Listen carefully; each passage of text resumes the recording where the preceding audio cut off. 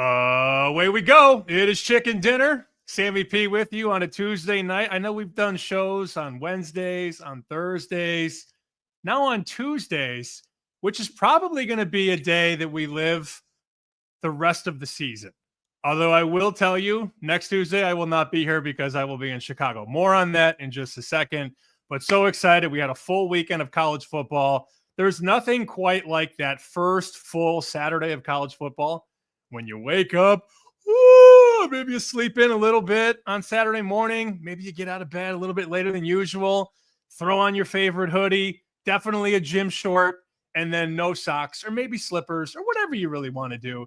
And then you crank the TV on and the boys are talking on College Game Day and big noon kickoff. And then you have 12 plus hours of just sweat. There is really nothing like it. But guess what? When we get to this weekend, we will sweat all day Saturday and then all day Sunday because the NFL is back. This episode of Chicken Dinner is sponsored by footballcontest.com. You have about 4 days left if you really want to get involved with Survivor, with Circa Million, with the Westgate NFL contest. This is your last chance. If you're going out to Vegas or you have friends that are going out the next few days, this is your last chance to get hooked up for contest. Footballcontest.com. Check out Maddie and Tony. It is the gold standard proxy service. And really, we are lubed up and ready. If you know this show, I am in several contests. We're going to talk to some of my buddies who I'm in Survivor with. I've got a couple other entries in the Westgate College contest. It is just full throttle action here. And there's a lot to recap. I really don't want to spend too much time on what we saw. And I'll spend maybe 15 seconds on Bill Belichick in North Carolina. What an opening drive. And then what a disaster after that. Holy cow. I will tell you, power rating wise, this would make a lot of people's brains just disconfigure.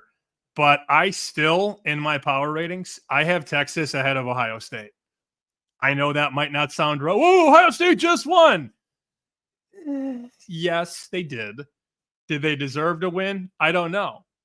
You know, if you look at the box score, and I know games aren't played on calculators and we shouldn't really take too much from the box score, but that Ohio State offense was really nothing special. I would argue that Texas couldn't really do what it wanted to do inside the red zone, especially inside the 5. That's sort of what Sark's MO is. But from a pure power rating standpoint, if Texas was catching 1.5 at Ohio State, and it's a one-possession game, despite how poorly Texas played, still had a chance to tie that game late. If these two teams played tomorrow on a neutral, Texas would be a small favorite. Ask any odds maker or bookmaker. Now, I'm not saying Texas would win, but if you're trying to book action on a neutral, Texas would probably be about a 1-point favorite, maybe 1.5. And if the game is in Texas, Texas is probably, 3-point favorite. If they played 100 times, does Ohio State win 60% of the time, 65% of the time? I don't think so. That was a very, very boring football game in a lot of ways, but we learned a lot about Ohio State. How about the way that they just replaced 8 defensive starters? And it also makes me wonder, back to Belichick for a brief second, Matt Patricia was such a great defensive coordinator in the NFL that Bill Belichick decided, you know what I'm going to do? I'm going to make this guy my offensive coordinator. I'm going to make him my offensive coordinator and call plays. That's when you started to see the fastball start to go to the wayside. The zip not as strong as it used to be. But that Ohio State defense is championship level good. Again, they have to bring along their young quarterback. And now, of course, as we talked about last week on this show and on Bet Sweats and on Bear Bets, it only takes one decision for people to jump to conclusions. Well, now Arch Manning's a bust. Of course. Of course he is. You know what's crazy, though? For our purposes, for this show, Arch Manning coming into the summer was 5-1 in Vegas, 550 to win the Heisman, which we were adamant you should not bet. Never in a million years was I going to bet Arch Manning to win the Heisman at 5-1 plus 550. Did you see the numbers on Arch Manning right now? Let me check my odds screen and then quickly flip over to the Heisman Trophy market. Arch Manning, you can now find 16-1, 16-1, 18-1, There's a 20 to 1 in the market. You feeling frisky? Now, I have Carson Beck, and I'm not going to celebrate CLV because you don't celebrate CLV after 1 week of football like some people do. But look at this price now on Beck. 11 to 1, 12 to 1. There's a 10 at BetMGM. Love BetMGM, by the way. Wink, wink. We're going to overreact a lot to these three guys on top, Nussmeier, Sellers, and Beck. Look at the prices, though. If you liked Cade Klubnik at 9 to 1, you should probably love him at 16 to 1. 16 to 1. If you liked a guy like, Drew Aller at 14 to 1, here he is, 20 to 1, 20 to 1, 20 to 1. You can buy dips on these guys. I don't know that I'm there on Julian Sayin, who is now 25 to 1. He's up about $10, $8, depending on what the book was that you looked at. But we react so much to one result, and then people just go crazy. Lenora Sellers should not be 9 to 1 to win the Heisman. Nussmeier, he didn't really move up that much. He was 9, 10 to 1, and now he's 8 to 1. But I do love to see Carson Beck. We talked about him on this show at 37 to 1 in the summer. That number's long gone. It was long gone by week 1 when he was around 18, 20 to 1. But this will be a market that is extremely fluid. And I would never be racing to bet the favorite, at least after 1 week. You know, you could make the case that if you've been able to pin the tail on the right favorite the last couple of years around the middle of October, end of October, you can still strike. I actually vividly remember asking a guy who bets for a living and does it extremely well. I don't bet for a living. I talk about this for a living. He bets for a living. And I said, Jaden Daniels is 20 to 1 to win the Heisman, and he's really got a nice schedule down the stretch. And the guy says to me, he was 40 last week. 20 is a bad number. Fundamentally, yes, he's correct. Fundamentally, he's correct. 2 weeks later, he's 5 to 1. So in the Heisman market, we really do start to hone in on a guy or two end of October. Last year, it was Travis Hunter. To a lot of us, it was clear it was his award to lose. We will find out over the next month, the next 5 weeks, who the shining star is. I would be very careful looking at these risers and saying, that's the guy. I also every year talk about not playing the favorite at the time of the opener. Last Heisman favorite to win it that was favored in the summer, Marcus Mariota in 2014. It just hasn't happened in a long time.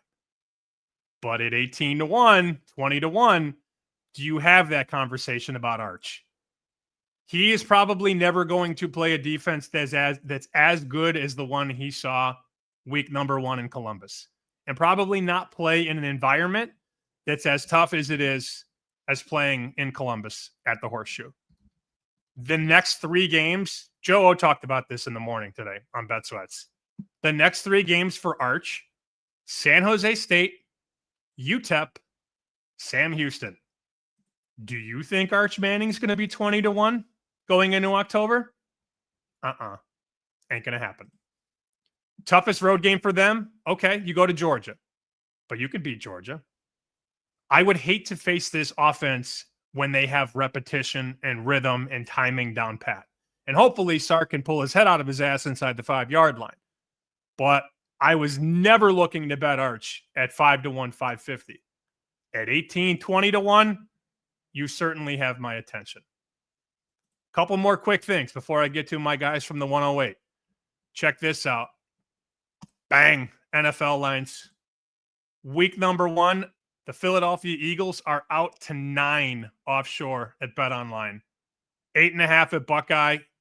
A lot of 8 across Vegas. I don't know what's with the delayed move. I don't understand it. Micah Parsons got traded late last week, and there was very little movement. We got to 7 or through 7, but now we're at 8, 8.5, 9. Seems like a big number.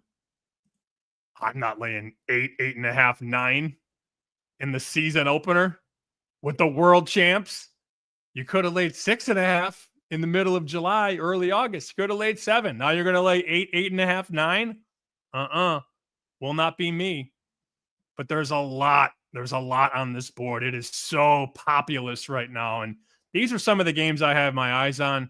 I'm looking at 319, 320, Kent State, Texas Tech. I'm going to have a bet for sure in the newsletter this week on Illinois Duke, 335, 336.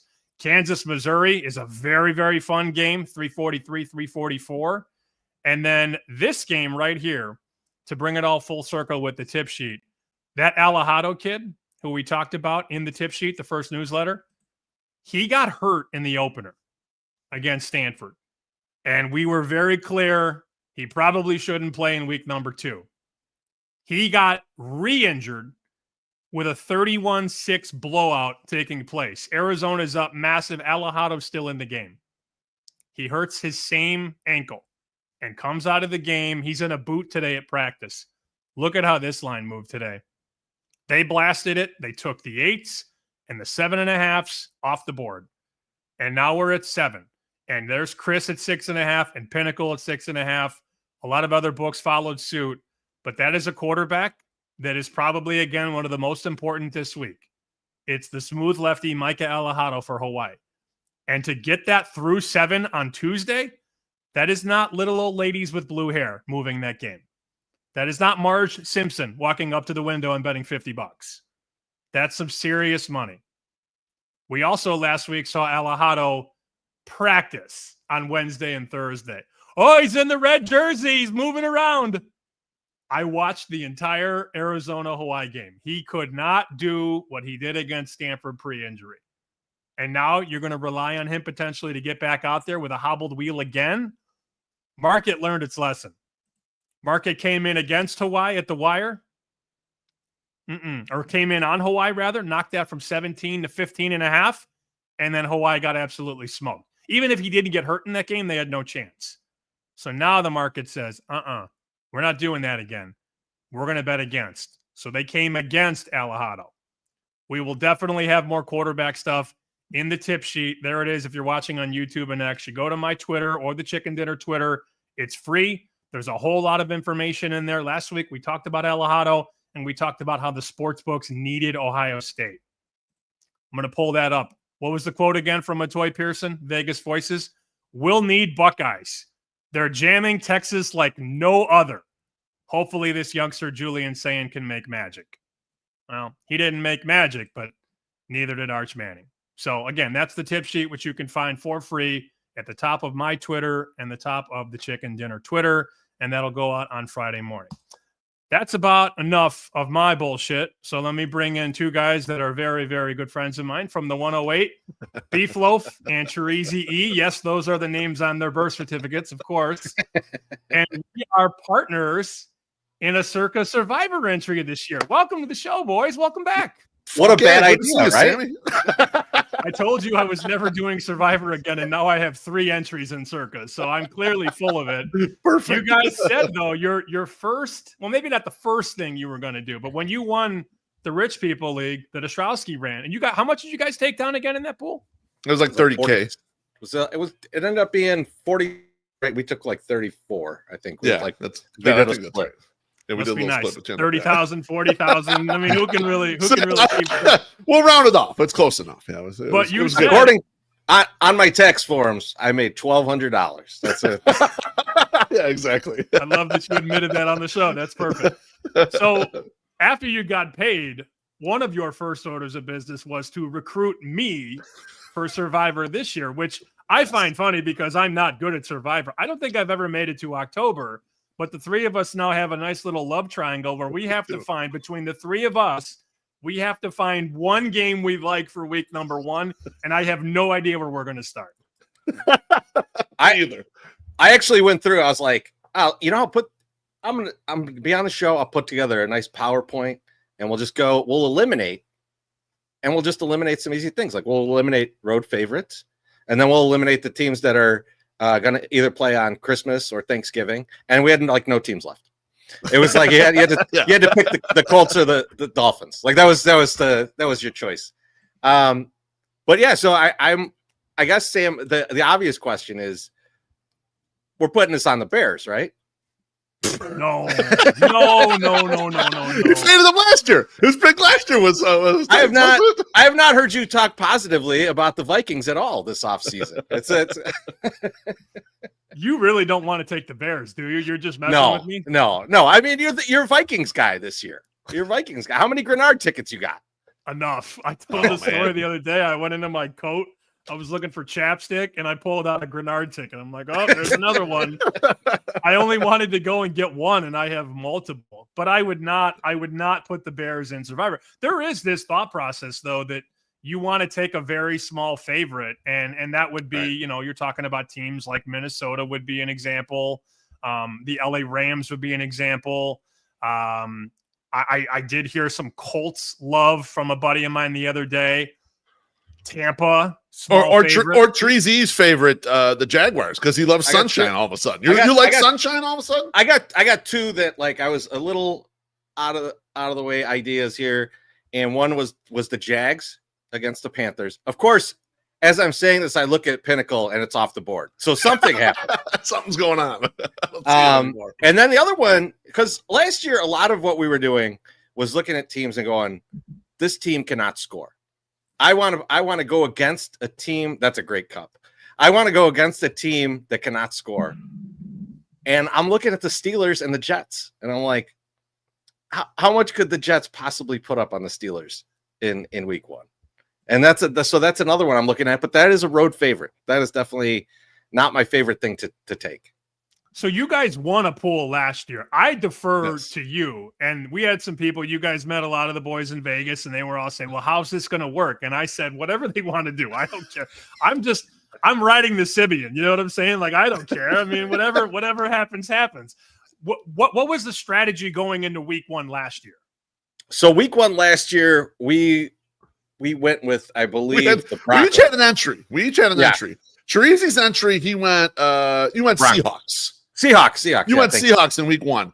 After listening to you guys blather on about how the Bengals are a terrible pick or whatever, I thought in the Joe O pool, no one's going to be on the Bengals. So I picked the Bengals.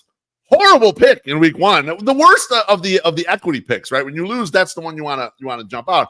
I looked up circa Survivor from last year, and 34% were on the Bengals. So, like, the mirror image, I think, of the Bengals this year is probably going to be the Eagles, right? I mean, the Eagles are going to be the most selected team. Sam, you think that's correct? The Broncos are probably going to be. So I think Cam Ward going into Mile High is going to be. I think there's two. Number one is Denver, and then number two is going to be Arizona going to New Orleans, which I, by the way, want no part of. None. Either. Out. No, I think the Saints are going to be terrible, but like I don't trust the Cardinals. I don't trust the Cardinals at all. Is it bad? I just want to take a quarterback I trust and get the first win out of the way. I want to see the ball go through the hoop, and I want to take a quarterback I trust. You don't trust Aaron Rodgers? Come on. I do trust Aaron Rodgers. I don't trust. I know Call of Duty doesn't come out until October, but I still don't trust Kyler Murray. Now let me ask you a question, because I've heard you talk about this, and I want you to sell us on it. Sell us on the Raiders. I know you want the Raiders. Is this just pure? Is this just like anti-local bias like that you have? I know you have it with the Bears, which is justified. But with the Patriots, you're living out there in Boston. Is it so much hype for the Patriots that you're just like the Raiders? I'm going Raiders. There's a lot of local support, but I want to be very honest. I don't listen to a lot of local radio. This has crept into a national conversation where you have national pundits going on ESPN and Fox saying that the Patriots are a sleeper this year. And Vrabel's just going to fix everything. He's going to take a 4-win team and make them a 10-win team. And no coach is worth that. No coach can improve a team 6 wins. Now, they were very young last year, especially at quarterback. Mm-hmm. But I think this is very, very difficult for this Patriots O-line. They're starting a rookie at left tackle and at left guard with a quarterback that I'm not sure about yet. And, okay, just go ahead. You just hold Max Crosby at bay for 4 quarters. That's not a good matchup. And I think this Patriots defense is very overrated. So I'm down on the team. I think we got a better quarterback with Geno. I think we have a better running game.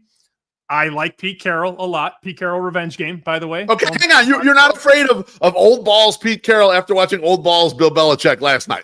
You're not saying 73-year-old coaches could be over the hill. They might not have it anymore. Because I watched that guy last night. He was staring into the abyss. He had no idea what's going on out there. And that was just an embarrassment of a game. I was like, any random guy could have coached a better game than whatever happened here.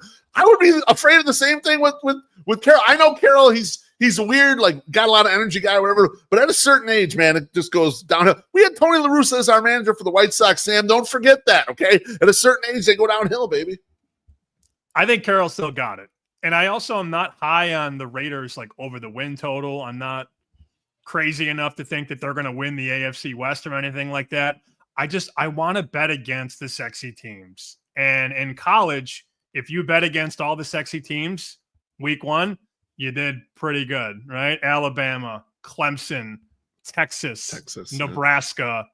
Now, not all of them lost outright, but you want to be against the room, as we call it. And I don't think there are two trendier, sexier teams right now than New England and Chicago. From what I've seen, from what I've heard, and from what people are betting. The Patriots over the win total, the Patriots to make the playoffs, you know they're losing week one. You know it, and I know it. Me and Beef both over the weekend bet the under 7.5 on we did on the Patriots. It was a huge arb, kind of everywhere. So you're right in the fact that, like, the public is putting a lot of money on these guys unjustly, most likely. But do we have the balls to put it all on the line week one with the Raiders going to Foxborough? I don't hate the Pittsburgh idea at all. So if I were going to power rate my three favorites, I think number one would be a dog. It'd be Vegas. I think I'd go Vegas 1. San Francisco would be 2. Oh, yeah, that's a good one. And then 3 would be Philadelphia and burn the Eagles right away. I think I like the 49ers there. The 49ers are a team that, again, Beef and I both went over on the win total over the weekend. But I don't like going into Seattle. Like, I don't really trust it. I don't trust the team going in there and going like, that's the team that I want to go with. Beef, where are you at on this? I need some audio. You're being quiet about this. I want to hear.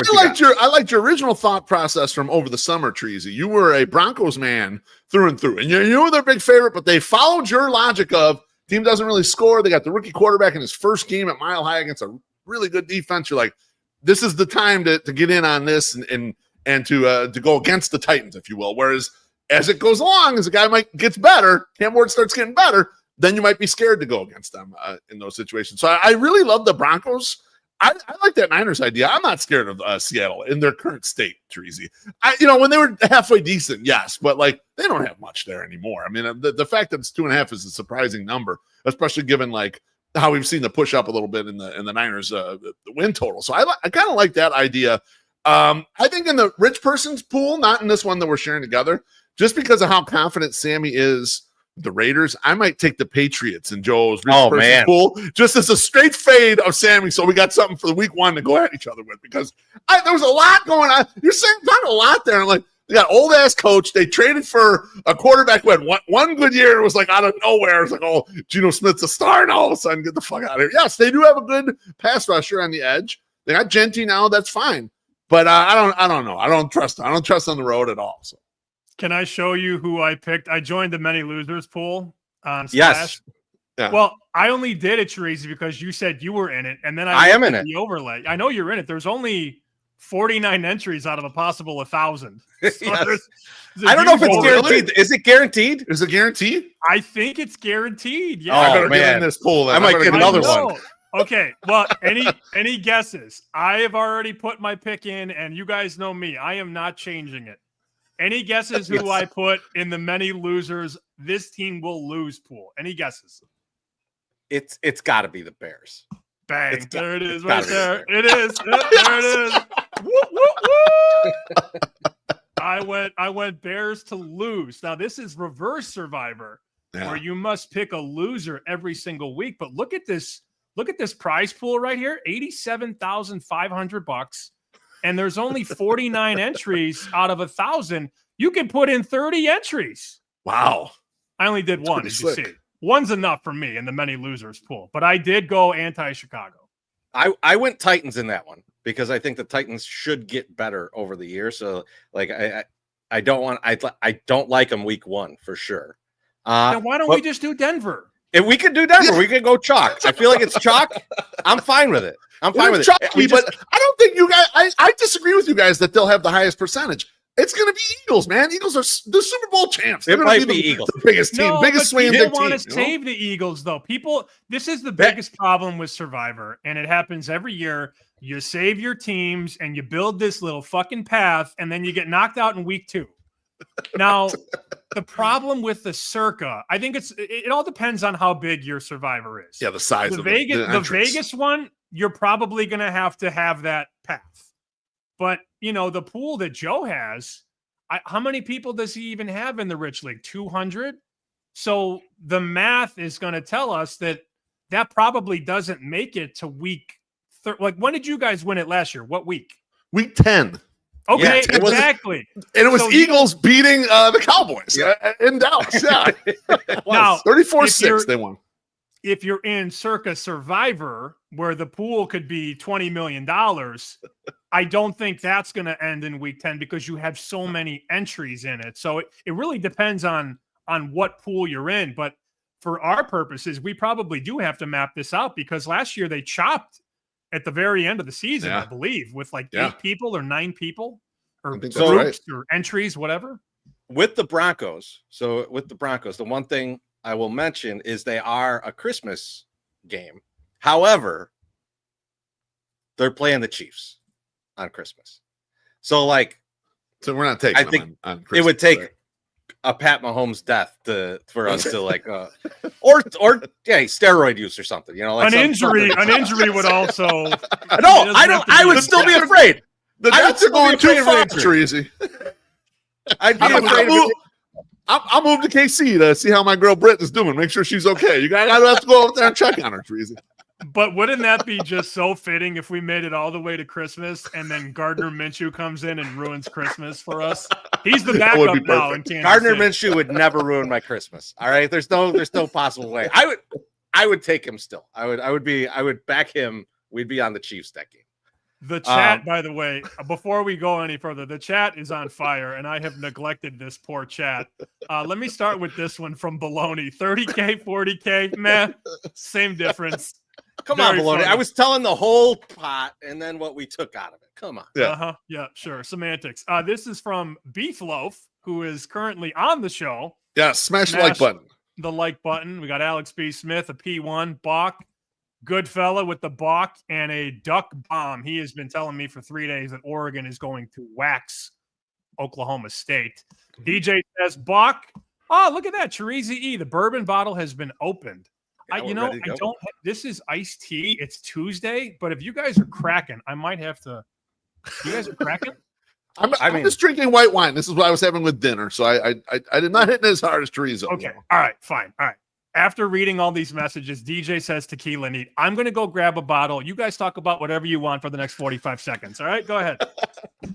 All right, you got it. Yeah. So let's analyze this part though. Part of why we're doing this is the 3 of us, we make content, right? Yep. We want to have some content. Is it enough content to bust Sammy's balls mercilessly for the next whole year if the Raiders get trounced by the Pats? No, it's not. No, I don't think it is. It'll die too fast. This is my concern, Chorizy, because we said we're going to get in this, and my thought was, are we getting in this to win, or are we getting in this just to fuck around the internet and talk shit to each other? See, because there's 2 different choices here. It is $1,000 a piece just to make fun of Sammy. So I don't know. I don't know if I want to go. I don't know if I want to go. Say when. When you're good. That's good. Right. What do you got Notice there? the other side of the mug too? Best coffee in town. Nice.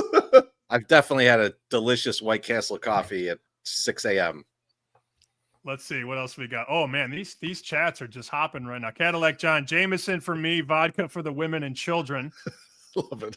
Joey Cheese, I wanted to throw on my purple chicken dinner hoodie. Okay, I'm glad he brought this up, and I see Corbie's in here early. I'm going to bring Corbie in about 5-10 minutes. I am at war right now with Teespring, my merch provider. Okay, we'll get to that because you guys sling merch too. We do. And yes. I have a huge problem right now, and I actually have the email ready to go. So that will be discussed between the four of us. Titan CT says, evening, folks. Let's see. You are reading too much into it. Ohio State confused Manning. I never said that they didn't confuse Manning. Reggie likes Josh Hoover for Heisman. And Jarek is saying, oh, this is a bold one right here. Panthers week 1 survivor. I think that popped when we were talking Jags. That popped. Yeah, when you talk sunshine. Yeah, you wanted to bet Trevor Lawrence, you know. Trevor Lawrence is so beautiful, though. You know, like he's gonna give me at least one win. Allegedly healthy too. He had surgery in the offseason, right? That was my problem last year. Might be his only game healthy. I mean, I was gonna say he got hurt because he couldn't block anyone. So who knows what? That's why I looked at the Steelers because I'm like, I don't know when Aaron Rodgers is going to go live in the forest for the rest of the year. I don't know what's going on over there. Might as well use them quick, right? You would think that would be too strong. That actually tastes just right. That's embarrassing, isn't it? Last comment here. Taking shots at sports. I was going to give my liver a break tonight. Oh, well. Going up on a Tuesday. There we go. That's what I like to see. That's what we do here. So I had the guys from the Sports Gambling Podcast on last week, and Ryan Kramer, who I love you guys. I love those guys. He was trying to sell me on Trevor Lawrence MVP 50-1. Oh, and I almost fainted on the hot take. He's got Lawrence MVP and Liam Cohen Coach of the Year. Wow. I'm just asking him to beat the Panthers, man. That's all I'm asking. The Liam Cohen thing's not that absurd, right? I mean, they had a down year last year. They kind of underproduced. If you had a nice year with this team, you could possibly get it. But Trevor Lawrence MVP is going to be like impossible, right? I mean, like, what kind of numbers would he'd have to have 5,000 yards passing and 45 I think touchdowns or for something. both of those, they'd have to be a 13-win team, right? Yeah, I mean, this is like, well, I don't know about that. I don't know about 13 wins, but we'll see. 12? Like, how do you win Coach of the Year and your team wins 11 games? Like, yeah, it's true. That's especially no-name team like that, right? I mean, how do you? I don't really like the fact that Chorizy is waffling on this. So he was Denver. He was Denver all summer. Summer. The only reason I've backed off of Denver is because I think so many people are going to be on him. But if we feel like I feel like a lot of people are going to be on the Commanders, which I don't like that pick. No, yeah, I like the Giants plus the points. Actually, I think a lot of people are going to be on the Cardinals. Are a great bet. Yeah, Giants played them tough twice last year, and yeah, I agree with you guys. I do not trust the Commanders either. That's the kind of game that I'll be watching to go to 7.5 and then hit it or buy through to 7.5. Like I could. Well, you don't even have to tease it. It's 1.5 away right now. I'm fine with the Broncos. I have the Titans in the many losers league, so like I'm definitely on Denver. So I think if that's it, I'm happy to go Denver, which is funny because I went against them week 1 last year for the same reason. Yeah, that was Seahawks. It was a rookie quarterback going into Seattle. So that's right, let's do it again, baby. Favorite movie lines of all time: Denver, gorgeous. The Sunshine State. So that's one of our two. At least we got one of our two locked in. We got one of them locked in. Yeah, I mean, it is Tuesday night. We don't have to decide this very moment, but it's very easy for me to just ship it and move on with my life. I'm not going to sit here and go round and round and go in circles. If we want to do Denver, I am totally cool with that. I will just go Raiders in my other one. So I'll be totally fine. Yes. I love your commitment to the Raiders. I might bet the Raiders just to be on board with it. But I'm not putting them in a survivor pick. I can share with you, since people want to know bets for NFL Week 1, I can share some sharp bets real quickly before we get to Corbie. These are bets that sharp guys made in Vegas. This is either from the source itself or from the book. They bet the Raiders +3. They bet the Giants +6.5. And they bet the Colts at a pick'em. Oh. Danny now, Dimes, huh? I don't know that Dimes, baby, let's go. I don't know that I'm willing to risk a survivor entry on the Colts, but those are three sides I know sharp guys bet, and I respect the guys that bet them. Sam, when you talk about the sexy teams, you talk about the Bears are a sexy team, the Patriots are a sexy team. Are the Dolphins like a fugly team at this point? They're just like so much like they're just done with this team? I don't want any more to do with this. Is that where they're at now? I don't know if the team has any belief in the coach. That's my big concern. I mean, that guy's gone through a couple different versions of himself. I don't know who has a better before and after picture, Mike McDaniel before Miami or Sammy Sosa before steroids. I don't know which picture. Like if you took McDaniel as a young assistant and then took him wearing all white and shades, and then you took Beanpole Sosa with the White Sox and Flintstone Gummy Sosa, I don't know which before and after is better. I hear things are bad there. That could be correct. It could be incorrect, but I feel like that team is ready to implode, if that makes any sense. I think you just predicted that McDaniel's going to turn into Frankenberry like Sosa did. So I have no interest in Colts week 1, but again, those are bets that I was told were from sharp players. And then a guy told me that, oh yeah, I bet the Giants. So he looks at that receiver room and the weapons that the Giants have, and you drop Russell Wilson in, you don't have to win. You just got to cover. So he took the points. That market right now, let's see what that line is. I didn't see the line before we got on there. Is it 6 or 6.5 now? It's 6 right now at Penny. Yep. Okay. Yeah, 5.5 at FanDuel. All right, it's coming down. I have to bet the Giants now because I have so many of these. That's a Sunday morning other direction though, right? Like Sunday morning, the public's going to bet it the other way. Starts running towards 7 again. You think? Yeah. When you wake up. I'm not in a hurry to bet it. He bet 6.5 though. So he was feeling that it wasn't going to touch 7, but you're right. I mean, we've got a handful of days to go. All right. So Denver, and what's our backup plan? If we waffle off Denver, what's the backup? Well, we still have another entry, right? Yeah. So we got the 2 entries. I don't we care about that entry. That entry means nothing to me. Entry 1 is the one we got to win. We have 1 entry. So if we're waffling, it's Steelers. I think it's Steelers because, like, as much as Beef has got content out of the Jets for so many years of betting on the Jets, oh baby, I don't see a scenario where they score more than like 16.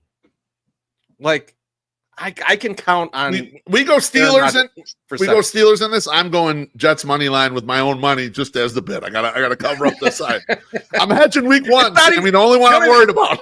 You don't even get that much. It's like plus 130 right now. Now, what happens since you guys have 2 entries, you said? 2 entries, yeah. What happens if our entry goes out, but the other one wins? Am I still dead? No, we're crossed. We're crossed. Yeah, we all cross. We're crossed. Okay. That's how we do all of our stuff. Like in the Joe O pool, he and I are crossed, even though we have a separate entries. We go separate until one of us is out, and then we combine. Then which I'm usually out, and then Teresa doesn't need my help, but he'll take it anyway. So then I owe you guys more money because I only paid for 1. But we'll cross that bridge when we win. We'll figure that out. We'll figure that out at the celebration party for sure. Yeah, we win $15 million. The comments already saying that. Comments are saying Denver is losing. So I mean, I can see the accounting issues. I thought the pot was $20 million. How are we at $15 million? Where'd the other 5 go? Oh, taxes. Duh. My name's on it, man. My name's on it. The $1,200 we're going to win from this, my name is on it. Okay. Exactly. I see right. Corbie Craig, chicken dinner legend, laughing in the background. Corbie, can you help us solve this riddle? Who are we taking in Survivor Week 1? Survivor Week 1, I cannot, but I just think it's hilarious the lack of worrying on the accounting side. I think Sammy and I both see the same point, but these two don't care. It's all about. Listen, again, they talked about it. Like when you inevitably win 15 million, maybe 10 at this point, It could be 7 million at the current going rate of taxes. It doesn't matter. It becomes easy. But yeah, Sammy's 2-for-1 special of a buy-in is just one hell of a deal. It is a really good deal. I'm free rolling these guys, and they don't even know it, Corbie. Yeah. Hey, you know what, though? For it. We knew it going in. You know, we knew that it was going to be this was going to be the way it was going to go down. Sam, you've bought me at least $1 million worth of drinks over the years, though. So I think we're even. I would be happy to piece you off tree if we win that extra money. Here we go. Rookie head coach, rookie quarterback on the road against the #1 defense at elevation. Cadillac John is giving us the stamp of approval, I believe, on Denver. he's saying thumbs up with that choice. Yes. That was the idea. We'll see. The only other one I thought about, and feel free to shoot this out of the sky right away. Bengals? ? We thought it would be fun. Too. I thought it too because I was like, can't bite me again, right? They got to win for this year. Last year's when they knocked me out in the pool. They can't lose twice. One of you said the Jaguars, right? Yeah. Yeah. That was me. That would be my choice. I haven't done a Survivor, but we're talking about all the keys have been set up. Everyone's talking about how this Panthers team is going to be good. The wide receiver locker room is good, and then trade away Thielen. Coker gets hurt. McMillan's a rookie. It would be the Jaguars for me. I'm not crazy enough to try to get fancy with the Panthers there, 3.5, but it would be Jaguars for me. I've got a few entries all over the place. The Jags are going to be one of my entries. The Jags and the Steelers will be one of my entries somewhere. But yeah, we'll see. We'll see if that's on the $50 pool or the $1,000 pool, or the $250 pool, the rich people pool, right? My 250 pool is locked now. I'm taking Patriots because of Sammy. He loves Vegas so much. Give me them goddamn Patriots. Let's go. I'm gonna have it in the draw rich man's pool. Let's go. Ryan has corrected. Ryan is right. Callahan is not a rookie head coach. He's a second-year coach, which I should have corrected on the fly. But I think they're fighting in the chat over fading Tennessee or not. And then Paul brings up a really good point. Can't believe we can't enter Survivor online. Well, you can thank Bobby Kennedy. You can thank Bobby Kennedy for that in the Wire Act. That's why we had to fly to Vegas and hang out with these guys for a couple of days. You would think that by now we would figure out a way to have a national betting contest, but you would think that at least in Illinois, where there is a circa, we could go enter there. Right. To me, that's the part that's crazy. When they moved here, I was like, oh, that'll make it easy. Instead, I had to go get super drunk for a few days with Sammy. What a harsh punishment. Did we not have a great time at Naked City, though? They told me ate. That was awesome. Obviously, you three guys were there. Huge crowd. Yeah. I'm not going to pull a Trump and say how many people were there. I mean, there were a lot of people there, though. It was packed. It was packed. And then they told me the next day that we ate 700 chicken wings, all of us combined. My gosh. Which is pretty nice. I just love that story about the guy who bought sitting 50. There. Guy who bought 50 and someone was eating from his, and he's like, those are mine. Sammy, I don't know if you saw this. That guy finished all 50 wings. No, he didn't. No, wow. He told me he only had 46 of the 50. Okay, yeah. Because someone ate 4 of them. He was pissed. Yeah, that's possible. But he sat down. They were bringing it out, and I was like, oh, Sammy just ordered 50 wings, whatever. Everybody eat off of them. They brought him to this guy sitting by himself, and he was hey, shout out him. I don't know who it was, but I was impressed. I wanted 50 wings, so I can't say anything. We did a great job. All right, before we let the 108 guys go, I did want to bring this up, and Corbie, I'd love your opinion as well. I'm going to share my screen, so if you're watching visually, this will be very appealing. If you're listening, I'll have to do my best. This is an email exchange that I have with Teespring right now. The subject of the email is "What is going on?"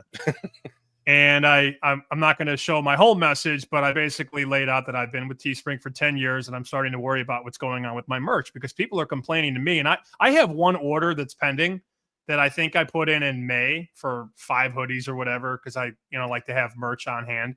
And I just realized, time gets away from us. I realize it's middle of August and I haven't gotten my order yet. So I type in my order number on the website and it says order printing. I said, well, that's weird. I put the order in May. It's now August. What's going on?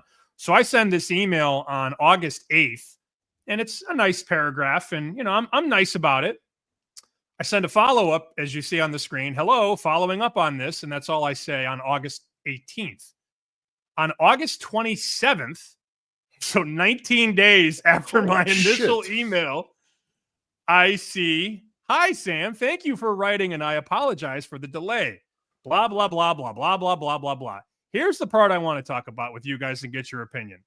Due to ongoing supply chain disruptions, some orders, including yours, have been delayed longer than we would typically expect. I completely understand how frustrating this has been and apologize for the inconvenience.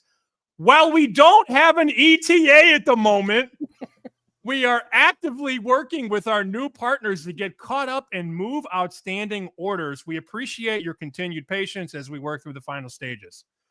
I responded, "I am out of patience. My customers are fed up, and you owe me money too." They owe me a decent amount of money from merch, and I don't know when I'm ever going to see that. I have to make a change, but isn't this wild that after 3 months, they still don't have an ETA on any of this? How? I mean, does any of this bring you back to like those days of the offshores where like Bet Islands is going out of business, or Bet River, or not Bet Rivers, Bet Rev is going out of business, and they're just like, I don't know what to tell you. We're processing it. We're definitely processing it. Yeah. I just don't have an ETA for you. Our partners are trying to help us out, but we don't have an ETA. That was par for the course. We'd get those emails, and then you'd be like, "You knew the ship was going down." Yeah. So I hate to tell you.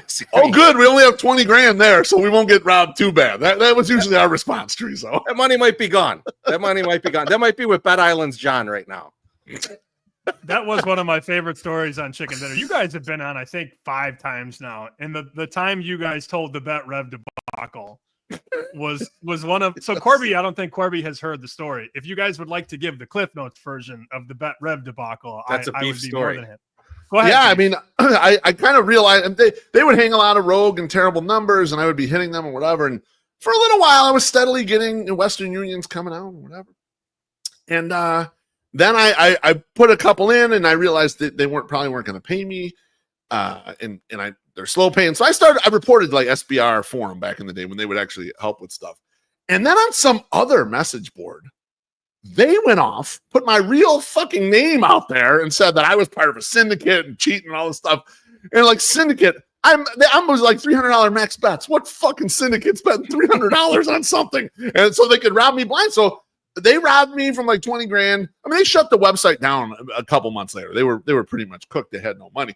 But I always tell Sammy that I want to wait, and I'm eventually going to buy that URL, and I'll have it for my own. I'll get my final revenge and buy that fucking URL of those assholes. Sammy, before you kick us out, bro, over 49.5 White Sox. We did it. We did it. We got there, baby. We got there. That's right. We did hit that. Playoff down, man. Playoff down. That was nice. I saw the White Sox tweet out like a big 5-0. I'm like, when's the last time they tweeted that out? Like, when was the last year that they won 50 games? 2023. Just barely. Is the answer. It's barely. It's only been 1 year since they've done it. What a bad number. So this is 2 years in a row now. And I talked about this with you guys and on all my stuff that I do now. Last spring, rather, it was Oakland that had the 54.5, and they flew over it. This year it was the White Sox, 49.5. I think next year it might be either the Rockies or the Nats. It'll be the Rockies if they don't do anything. Way too low. And then that would be the time to go. So the lowest total, I think 3 of the last 4 years is hit. And I'm not saying that's a system play, but they just make these numbers. So, I mean, the White Sox hit the win total beginning of September, right? Yeah. September 1, they're over. Yep. It's a bad number, 49.5. I mean, people who got the bad version of the number are in great shape. Like a bunch of people have 53, and because we posted about it yesterday. People were posting, I just need 53.5. And it's like, you got a number 4 wins off of mine, and you're going to get it in like mid-September. You should coast to it. Yeah, absolutely. Yeah, it's bad. Corbie, who do you think it'll be next spring training? Who do you think the lowest number will be? The Rockies. The Nationals at least have like some kind of hope with like rookies. They're both awful. I think that at least the White Sox, I've talked about this all year, but like every time I watch, I think they have pretty decent arms. Like, I mean, we see a lot of arm talent, even in the bullpen, who looks awful. Like, you see a random guy. So I can't tell you. I mean, you guys know White Sox. Grant Taylor's probably Jordan Leisure. Guy will come up and I'm like, who the hell is this? And he'll throw 100 with just some insane stuff. And I'm like, what are we talking about here? This team is decent. Like they fight all the time. It's just a bunch of kids who don't have winning culture. So I think that the White Sox next step in this season is go after a team that's dead right now. The White Sox aren't really, I mean, they're dead in the sense of like playoff, but like they're fighting for a future, and they're only 4 games back on the Nats. Like, could we have a debate where the White Sox aren't the second worst team in baseball right now? It's close, and I'm rooting for them. I can't wait. White Sox will be on the precipice again. It'll be heading into the 2027 season, and Jerry will hire Jack McKeon to manage the club. I cannot wait. It's going to be awesome. It'll be 96. Luckily, we'll be locked out. And I have a 28-year-old girlfriend. Exactly. Belichick. If you thought La Russa was bad, here's a 96-year-old manager. Have it. Hey, on y'all's podcast with Sammy P giving out the 49.5. I was in Vegas with him. We've come full circle. He used my computer to do it. So yes, right. I got some 49.5 that day because I could hear it in the other room. So it's always fun to Ooh, that was a bad day for me. That was a long day. You didn't throw the laptop off of the balcony, which we thought was going to happen. So at least the commenters in the live stream thought you were going to drop the laptop off the balcony. They were worried. What was the number I made on Clevenger saves? Oh, it's like 21.5. He has 0 right now. Bad number. And then I also, like, looking back, I was so excited. I was like, that's where Elvis died. No, Elvis died in Memphis, not in Vegas. But doesn't matter. Does not matter. I want to give my guys some love on the way out. This is where you could find all of their content on YouTube. It's From the 108, @From the 108, Drunk Uncles of White Sox Nation. I've known these guys a long time. They're very good to me. They were very good to my brother when he was playing in the White Sox organization. And I, from time to time, joined their Sunday show with 3 other grown men in a hot tub. It's very, very fun. And, my dad always says, what are you doing today? Nothing, because I can't admit that I'm going to hang out with grown men in a hot tub before a baseball game. So we got a survivor entry. It sounds like we're going to do Denver, I hope. I hope that's the move. Yep. We don't have to stamp it now, booked it, but I'm feeling good about Denver. I'm in. Okay.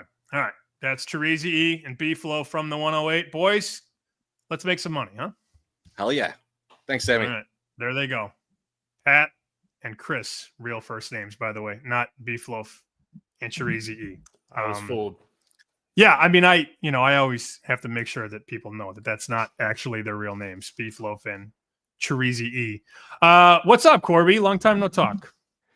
Yeah, people wouldn't believe it, but when football starts, baseball still continues. I know there's all of these people who just football becomes their best sport, but I'm actively still betting baseball, man. I'm watching the Mariners game while we talk, so I got it in the background, but not watching it. I'm paying attention to Chicken Dinner, but prior to that, I was watching Mariners game. So bunch of football, bunch of baseball. Had to catch up and watch all the week 1 games back. I missed a good bit. I was in Miami, so we're caught up. We bet some bets today. Got my projections up, so feeling good. I have my list of quarterbacks that I sent you, and if you don't have it handy, I'd be happy to kind of run you through a couple of them. What do you make the true number? Let me pull my board up here, and again, remember I am a one-man band here, so I got to share my odds screen and pull up that game that I talked about off the top with Hawaii. So if Alejandro doesn't play for Hawaii, what is the true number? Because I think obviously there's been a move. He was shown today at practice wearing a boot, which he did have on last week, early in the week. Yep. And then he started practicing, and then, the move did come on Hawaii. So I think that number on Sunday was like 14. It got to 18. And then when it sounded like he was going to play, they did bet the 18 and the 17 back down. But if he doesn't go, and I have no idea, I'm going to try and mine this the next few days. We did see group come in, bet 8 and 7.5. And now we're 7, 6.5. What's the real number if he doesn't go for Hawaii? It's low. I would say that there's some skepticism right now in the number. Just using my number to kind of guess. There's some skepticism on if he's going to play, like if he's truly out, because as you said, he wore the same boot last week, so who knows? But it looks like I make it with him basically 60% out. The least fun number I could tell you on a show, I make it 7.5. So Okay. helps you none. If he was out, I would assume closer to 5.5. If he's in, probably closer to 8.5, 9. Not because he's good. I do think that he runs that system decently well. We talked about this on the week 0, but more their backup is awful. I genuinely think he was a junior college transfer who like wasn't good in junior college. I could be wrong here. I've been looking at a lot of teams, but I believe he's like really, really bad. Like a very far drop off. So the issue is I'm not here to buy in. I don't know if you can hear me. I got a phone call. I don't know. I'm not here to buy in on Sam Houston per se. Like everything I've seen from them has looked great. But if Hawaii's running out of junior college quarterback, like pretty quickly, I think the number would reflect that. Yeah, obviously the move is basically saying that he's not going to play. And of course, we'll see that run back on Hawaii if we see him out there on Thursday and Friday, because they don't travel this week. Last week they traveled on Friday because you have to travel, you have to get from Hawaii to the main island, and they were playing in Arizona last week, but they're home. So odds are good they're going to have a practice on Friday. And if we see more B-roll of him on the field throwing, they're going to lay that Hawaii back, I would guess, because you have guys that took 8 and 7.5. And there's a really good middle shot there to land 7. If these guys want to come back and lay 6.5, they can do so right now. And I think that's sort of the thought process. Let's just get ahead of any injury, and then we could always run it back the other way if he does in fact play. But man, Sam Houston's a problem too. They're not this great football team. Yeah, if I was betting this now, I would probably I would bet assuming that he's that you have Limited. upside if he plays. It's tough. Like I'm not just running to lay the 6.5, but I think you would have to lay the 6.5 if you see these out, try to get it out on like a juicy 6.5 the other way, and then if he plays, you have some COV on a 7.5. So it would be Hawaii at this point, and just not be very happy with it. What did you do to Texas? Did you drop them? Did you keep them the same? How did you adjust their rating? Yeah, downgraded. Inevitably, there's going to be overreaction. I think that I heard somebody talking to you said that Ohio State just confused them. They did. Arch looked pretty bad. I mean, like half of his passes he just wasn't stepping into. Inevitably, I just think people like to overreact, and the betting market doesn't. So it looks like I moved them down to 4th in my rating. They were 2nd prior. Not like still a pretty good team. I have 8th best offense, which a lot of people might find crazy after watching what they did. But listen, I mean, everyone's going to talk about Arch Manning. It's one of those things like, when somebody's up top, you want to see them fail. And when they're down low, you want to see them do well. Last year, they were like, put in Arch Manning over Quinn Ewers. And like, he's had a year to develop. If there was any time that he was going to be good, it would be now. That honestly wasn't the takeaway of the game for me. The takeaway of the game, Caleb Downs is, I don't think you can put into words how good Caleb Downs is. Like he completely changes a football game singly by himself. There's very few people that I have gotten to watch. Pretty young kid, but someone like a Jabril Peppers would remind me, or the Honey Badger would remind me. And I still think Caleb Downs is more athletic and more savvy from a football IQ standpoint than those two. Those two went on to have NFL careers. Like this, I was blown away watching the film back at him. I knew that he was good. Obviously, he's an Alabama kid from Alabama, so I was well aware. But man, I mean, he can change the entire field. He was purposely baiting Arch into some throws that were just, and I think it's why Arch was underthrowing passes. He knew that if he left anything high, it was trouble. And so he kept just ducking balls in the dirt. I saw some comps to Earl Thomas and Eric Berry. That was Jordan Schultz tweeted that out. He was talking to some GMs that were at the game. Earl Thomas in his prime was unbelievable for the Seahawks. And Eric Berry was a special player too. I did laugh though. They were already anointing Jeremiah Smith as the best player in college. So Gus Johnson was doing the game with Klatt, and they're like, "Oh, he's the best player in football." And then he dropped like 2 of the first 3 catches that were right at him. I do think that we put a lot of stock in a lot of players early and a lot of teams too, for the record. But everything I heard about Caleb Downs, I don't think it was dressed up enough, excuse me, Agreed. how good he is. And, that's probably not a kid who's going to go 1 or 2 in an offensive quarterback driven league, but 3rd overall, 4th overall. I mean, he seems like every bit of a top 5 pick. No?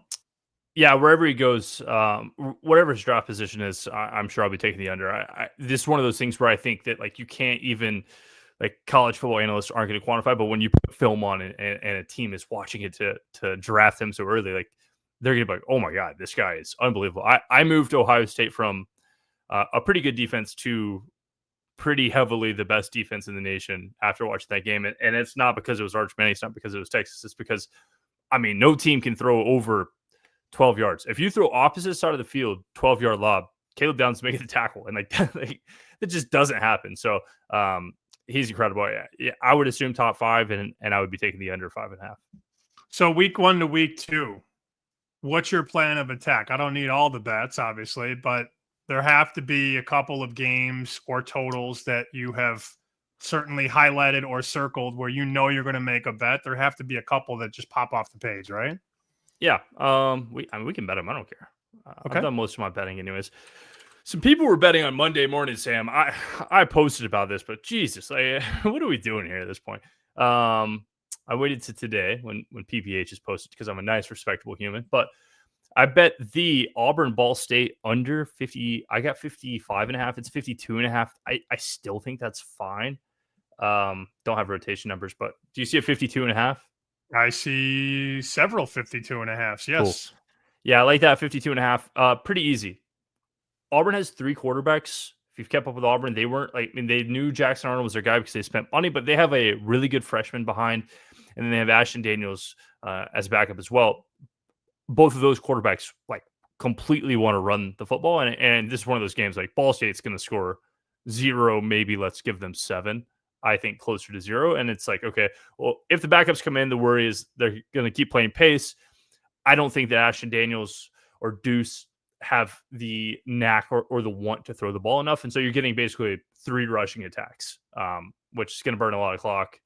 Auburn doesn't want to get anybody hurt. They're not going to like purposely press. So it's going to be ugly. Do I think Auburn can score 50 points? I don't.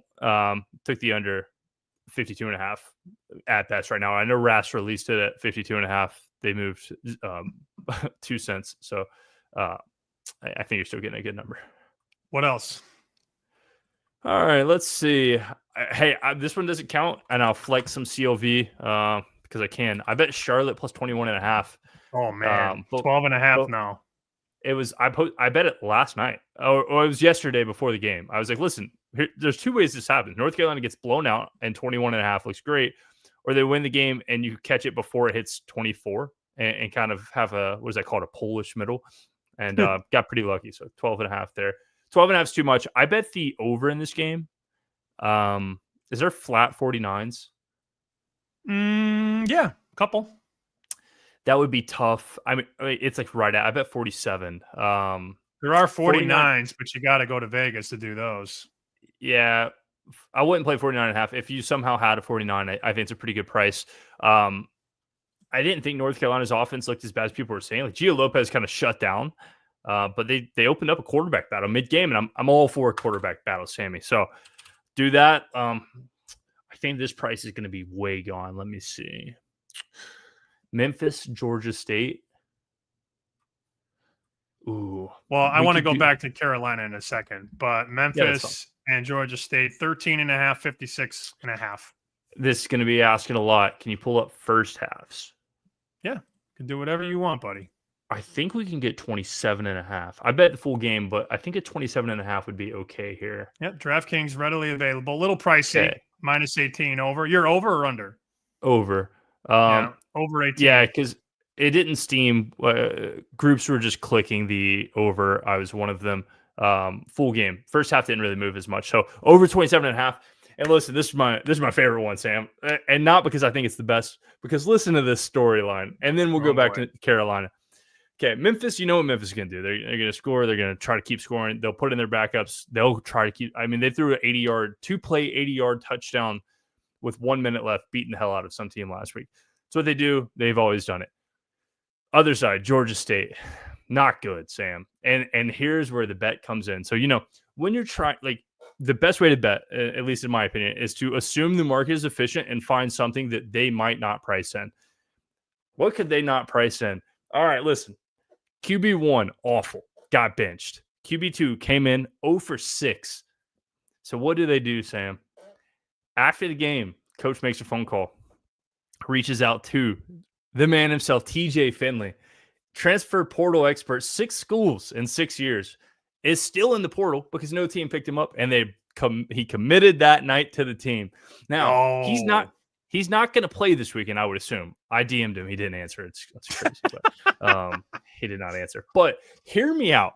If you're ever going to get the best from your QB1, after you bench him, you call somebody else to take his job, you're going to get the best QB play that Georgia State has to offer. And if you don't, you'll live and die on that hill. I'm taking the small edge of I think that they're going to score just a little bit more than odds makers are giving credit for. So Memphis, Georgia State over 27.5, and it is going to be a nasty one. Wow. I love that you DM the player and no response. Oh, yeah, always. You're always in the DMs. He did read it. That's the worst part. All it said is, are you playing this weekend? Read no response is crazy. Literally, all you have to do is leave a thumbs up. Cadillac John's asking a two-parter. Is Nussmeier quarterback 1 in college? And then who's a better combo, Mateer and Arbuckle or Castellanos and Malzahn? I'm not a Mateer fanboy yet. I would say in preseason I was kind of a Mateer hater, which is a hot take around here. I'm a good Castellanos. Malzahn, like, people were like, oh, he's not the Alabama killer. He's the only one, I think he's 3-5. But I mean, he was always the worst team. So Malzahn knows how to get it done. Some trickery, some tomfoolery. My favorite play of the whole weekend is Castellanos' fake. What do you call that? It would be a fake look to the sideline. Did you see this video, Sam? Yes, I did. That's my favorite play of the whole weekend. So I'm going to have to lock in Castellanos Malzahn. They are going to be one of the trendier teams of the entire first month. The problem is you can't do anything with it because they play East Texas A&M in week number 2. Imagine if you had Florida State to win the ACC 31-1. I saw your write-up on Yahoo. It's beautiful. It's beautiful. Are you cashing the ticket already? Are you going to? I mean, they've already won it. What are we talking about here? You saw Clemson? I got to get through my guy Mario at Miami. Yeah, hey, that's the battle of the best. Either A, Florida State wins, or B, Carson Beck, the king himself. So I wouldn't mind either way. That would be very nice. Corbie and I are in on a ticket on Carson Beck, 37-1. I feel better about that than I do about Florida State winning the ACC. But when we talk about, just surprising wins, for a team to be laying 14 and lose by 14, that's alarming. And I know it's very hot take culture right now, and they got to fire DeBoer. Good luck. $70 million buyout for Kalen DeBoer. I also don't think they're as bad as they looked. I think they need to make a quarterback change, though, eventually. It's tough. I watched and though I'm not the biggest Ty Simpson fan, I thought he went through his progressions. Now, either is it A, he doesn't have the skill to throw those, but I hated Jalen Milroe. It was very obvious I hated Jalen Milroe. I talk about it all the time. He didn't know how to go through progressions. He just ran the football. I think Ty Simpson understands what he's supposed to be looking at, and either A, he's just not talented, or B, the progressions are too long, and it's just taking too much time. Their offensive line's not that good. So I worry about Alabama. I watched that game back, and I think that they have a lot of issues, and the main one being D-line attempts. Well, yeah, D-line too. The D-line was horrible. D-line was awful, and just overall grit of a football team. When you watch Georgia, I mean, man, they weren't playing anybody, and they were crushing kids to the ground. And that's what you have to do to be in the SEC. I don't think Alabama has that at this moment. Yeah, I'm curious too. One more question I wanted to ask you about, and then we can go on our merry way here.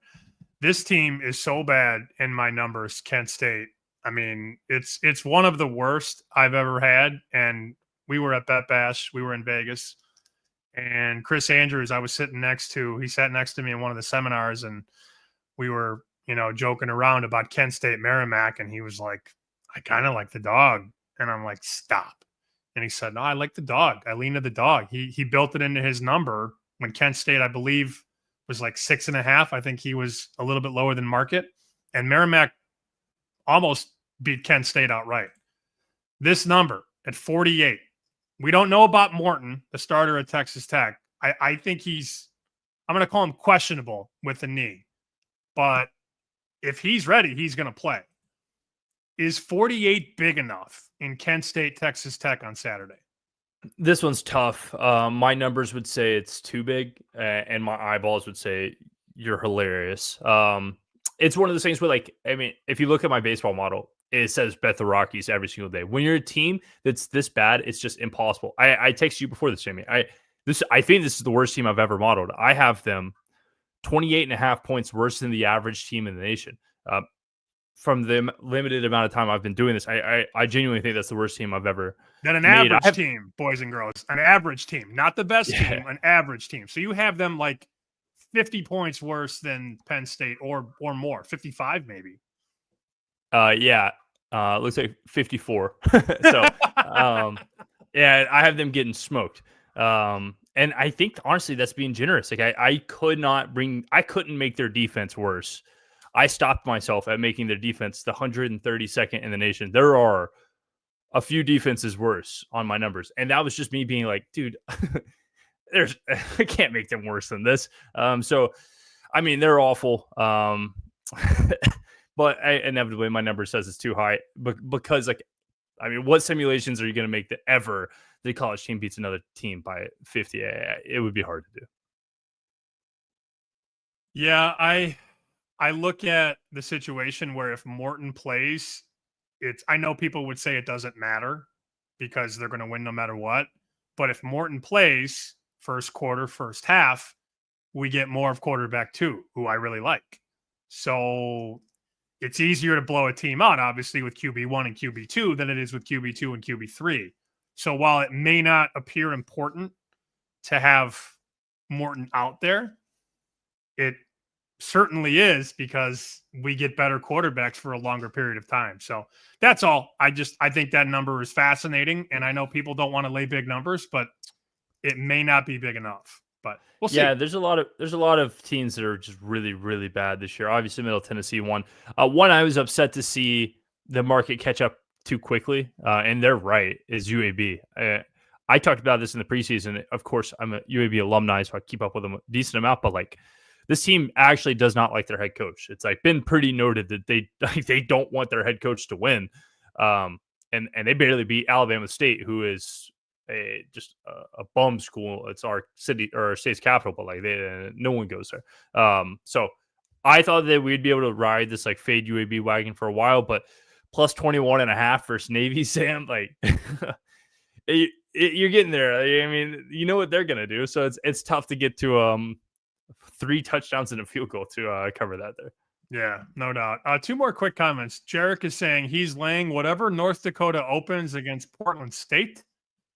We, of course, do not have a number on that. I'm almost positive we won't see one until Friday or Saturday. So that's North Dakota State. North Dakota is 309-214 against Portland State. And then here's a question from Taking Shots. Are we jumping back in on Notre Dame, Clemson, or Boise on season-long futures? It's a great question. The first one, I will say, North Dakota looked great. I rewatched that game too. They looked awesome. I mean, people are going to hate Kansas State, of course. Sam and I, this is the first game Sam sent, is that big number versus Army, and said, who wants to play this with Kansas State right now? But, I mean, shout out North Dakota. It's one of those things that happens in college basketball all the time, but you don't see it in college football. It's these teams just actually play good. North Dakota versus Alabama last year basketball. It happens. It doesn't happen in football, but that's what this was. I mean, obviously Kansas State looked bad, but North Dakota looked really, really good. Buying the futures, this is a great point. I actually talked about this on a podcast this morning, and seeing the future, because you know who I am, Sam. I wanted, in a perfect world, LSU beats Clemson. I bet that. Shout out me, whatever. Clemson ACC futures shoot up in price because everybody's like, like Clemson's looked worse. They looked beatable, but it wouldn't obviously count to their ACC. It did not happen. So I was hoping that you could get like a plus 180, maybe even get the 2-1 range. It didn't. Clemson win the ACC. I think it's like plus 145 or something that like it didn't move enough. If LSU wins that game by 14, I think we're having the conversation. Notre Dame didn't move enough. Boise moved, but I mean, I'm not running about Boise. Yeah, that game, there was a lot of sharp groups that like the South Florida side, and I don't want in the way of that for quite some time. Notre Dame's got a quarterback though. I think they do. I think he's special. I don't know if it happens this year, but I would not want to face a 10-2 Notre Dame or an 11-1 Notre Dame in the playoff. Will not be me looking to bet against Notre Dame. Just give that kid time. They didn't really take the governor off the boat. You know, Agreed. They just restricted everything he did. He was throwing screen passes all over the field. He was so poised. They weren't taking shots. He was what? Very poised. Like I was impressed. It would be an easy game to be like terrified. And he wasn't. I thought you a softball right back to something you said you want to talk about. North Carolina. And a guy I just have not given enough credit. I heard you say it from a comment. Josh Hoover. Oh my God. I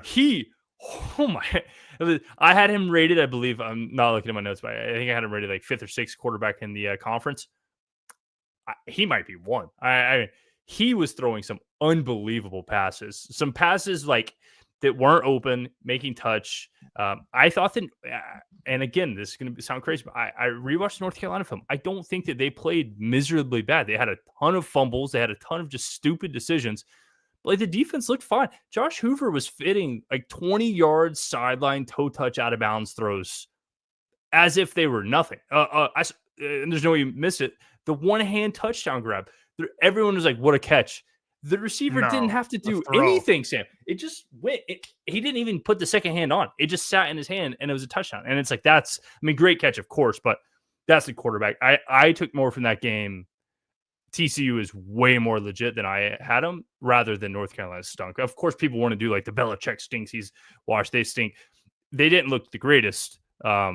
But TCU deserves all the praise in that situation. Yeah, TCU and Kansas both have quarterbacks that not a lot of people, I think, are high on or high enough on.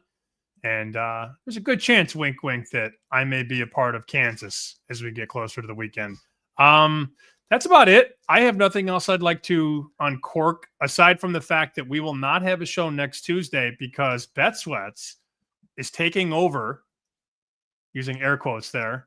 Bet Sweats is taking over Chicago for Monday Night Football. So Joe and I are going to do the show live from the Score on Monday, and then the Bears host the Vikings on Monday Night Football. So we're going to be in Chicago, and then travel day for me on Tuesday, followed by travel days on Wednesday and Thursday. So that's enough for anybody to maybe have to bail on a podcast one time. But this feels like a good cadence on Tuesday nights. Is Tuesday pretty good for you for the most part?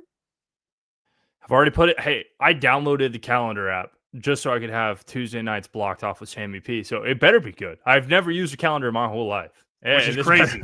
Crazy to me at your age that you've never used a calendar. I miss meetings once a week, Sam. I had a meeting at 7 before this, and I did not know about it. So maybe it's for the best. I'm an anti-calendar guy, but I have one now, and it just says chicken dinner. Perfect. Well, I'm glad that you have a calendar. And I'm glad that you're committed to most Tuesdays. If we have to make a change every once in a while, so be it.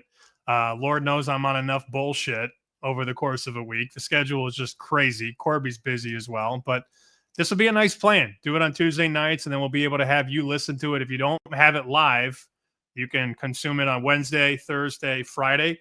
If you are in Chicago next week, the boys will be tailgating, and I'd be happy to send the details, maybe not over the internet, maybe just send me a DM and I can let you know where we're going to be. But yeah, we'll be tailgating for sure. And I'm not going to the game because I am not paying $400 to watch Caleb Williams and JJ McCarthy. I can do that from a very nice, comfy bar stool in the South Loop. But that's it for me. You're good. Anything else you have to get off your chest? Give me one bet, Sam. Make it quick. Don't burn our time. Have you bet anything this week? Duke +3. I got a text about that today, so I can bet that with you. I You forgot did? to click Oh, that. so you needed the text before I told you to No, get there. no, it wasn't from you. I got a text I know it from wasn't. someone else saying it's a good bet. So I was bypassing their information, and the Sammy stamp of approval, chicken dinner stamp, which we should get on a T-shirt, not from Teespring. Lets me bet this. I'll go bet it in just a second. They did get rid of my boy Malik Murphy, which I am upset about, but I'll give it to him this time. He absolutely stunk. I had shut up. He I had stunk. 250 to 1 Heisman. That was my losing week. I was 1-2 in the newsletter because Oregon State swung the wrong way. Who knew that baby Tua was going to play quarterback for Cal? Not me. So Cal got me there. Miami made it okay though. Had a nice little pop on Miami. So my short list is Duke, Kansas, Oregon, and we'll probably add a couple more. But I really like Duke and Kansas as doggies. So that's it for Corbie. For myself, thanks to Pat and Chris, a.k.a. BeefLoaf and Chorizy-E from the 108. We will not see you next Tuesday, but we should be here full throttle most Tuesdays throughout the football season right here on Chicken Dinner. Cash some tickets, make some money, and we'll talk to you next time.